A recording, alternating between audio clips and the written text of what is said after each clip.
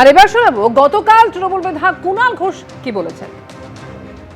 আমাদের বক্তব্য হচ্ছে, যদি ওই শুধু কয়েকজন হাতের কাছে থাকা বা নিচু তলার লোক অ্যারেস্ট হয়ে গেল, তারা দোষ করলে 100 বার অ্যারেস্ট হোক, কিন্তু যদি ওপরের দিকে বিগ ফিশেস তারা বেঁচে যায়, এটার কোনো মানে হয় না। যদি প্রাক্তন মহানগরিক ফিরহাদ হাকিমের সইটা অন্যায় হয়, তাহলে অবিলম্বে ফিরহাদ হাকিমকে অ্যারেস্ট করা উচিত।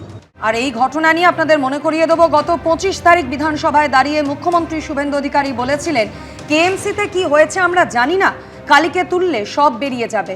কলকাতা কর্পোরেশনে কালী না বললে কোনো প্ল্যান পাস হয় না, আর এই কালী ক্যামাক স্ট্রিটের নিয়োগ সেটাও সবাই জানে। আর কি বলেন তিনি, শোনাবো। আমরা কেএমসিতে কি হয়েছে আমরা জানি না, আমরা কালীকে তুললে সব বেরিয়ে যাবে। কলকাতা কর্পোরেশনে কালী না বললে কোনো প্ল্যান হয় না, আর কালী অ্যাপয়েন্টেড বাই ক্যামাক স্ট্রিট সবাই জানে। আর এই কালী বাইপাসের পাশে আপনাদের তৃণমূল ভবন বানাচ্ছে 200 কোটি টাকা দিয়ে, আর এখান থেকে টাকাটা তুলে ঘরে পাঠায়। আমরা সব জানি, সব বের করেছি, আমরা এফআইআর হয়েছে, আরো ব্যবস্থা নিচ্ছি। আদালতে যে সওয়াল জবাব চলেছে তাতে বারবার এই প্রশ্নটা সামনে এলো যে কালীচরণ বন্দ্যোপাধ্যায় রক্ষাকর্তাকে, তার মাথায় কার হাত রয়েছে। এদিন আদালতে সরকারি আইনজীবী প্রশ্ন তোলেন, কালীচরণের রক্ষাকর্তাকে, তার রক্ষাকর্তা পর্যন্ত পৌঁছতে হবে। কালীর মাথায় কার হাত আছে, তার কাছে পৌঁছতে হবে। এই টিম ওয়ার্কে যারা জড়িত তাদের সম্পর্কে বিস্তারিত জানতে হবে। শুক্রবার সরকারি আইনজীবী আদালতে সওয়াল করেন, কালীচরণ যা করতেন তা পুরো টিম ওয়ার্ক। যেখানে অনুমোদন দেওয়া যাবে না সেখানে কালীচরণ অনুমোদন করিয়ে দিতেন। যে সমস্ত বিল্ডিং এর প্ল্যান অনুমোদন হয়েছে সেগুলো চিহ্নিত এবং পরীক্ষা করার প্রয়োজন আছে। কালীচরণ বন্দ্যোপাধ্যায়ের আইনজীবী বলেন, কালীচরণ বন্দ্যোপাধ্যায় থেকে যে নথি বাজেয়াপ্ত করা হয়েছে তা পাবলিক ডোমেনেই আছে। তার কি ভূমিকা? আর এই প্রসঙ্গে রাজ্যের মন্ত্রী দিলীপ ঘোষ বলছেন, শুধু কলকাতায় করলে হবে না, জেলায় জেলায় করতে হবে। নিউ টাউনে একই জমি 3 বার বিক্রি করা হয়েছে, সমস্ত দিক খতিয়ে দেখতে হবে। কলকাতা আশপাশে যেমন এটা হয়েছে, বিভিন্ন জেলা শহরেও এই ধরনের জমি নিয়ে নেওয়া, সরকারি জমিতে জোর করে ফ্লট তৈরি করা, বিক্রি করে দেওয়া।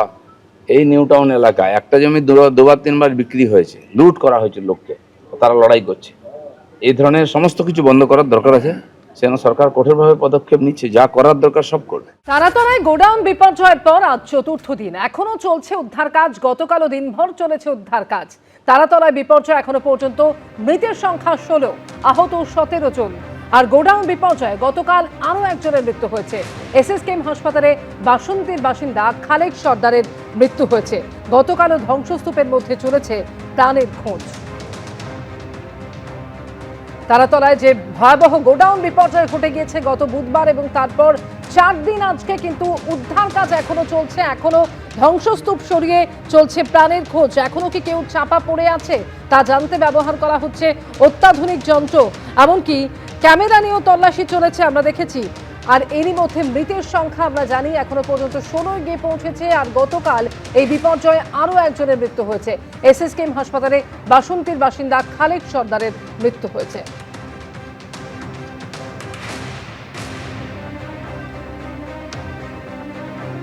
আর তারাতলায় এই মর্মান্তিক বিপর্যয়ে আপনারা জানেন, প্রাক্তন মেয়র ফিরহাদ হাকিমের ওএসডি কালীচরণ বন্দ্যোপাধ্যায়, তিনি পুলিশ হেফাজতে রয়েছেন। এই কালীচরণের মাথায় কার হাত, সেখানেও পৌঁছাতে হবে। কালীচরণের রক্ষাকর্তাকে হেফাজতে রেখে জানতে চায় এসআইটি। প্রভাব খাটিয়ে ত্রুটিযুক্ত প্ল্যান পাশ করিয়ে দিয়েছিল এই কালীচরণ বন্দ্যোপাধ্যায়।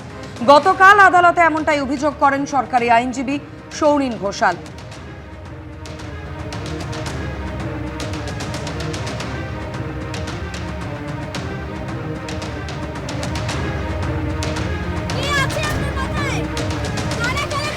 গতকাল সরকারি আইনজীবী সৌরিন ঘোষাল ঠিক কি জানান আদালতের সওয়াল জবাবের পর, দেখাবো।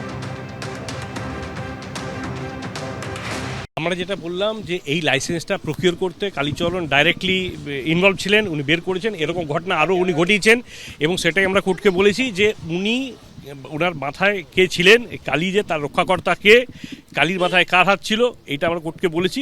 কোর্ট 4 তারিখ অবধি পুলিশ কাস্টডি, ওই যেই আমাদের ওদের যেটা ওনারা ওই সার্টিফিকেটটা দিয়েছিলেন ইনিশিয়ালি যে কাজ করার জন্য, সেই ডকুমেন্টটা সঠিক ছিল না।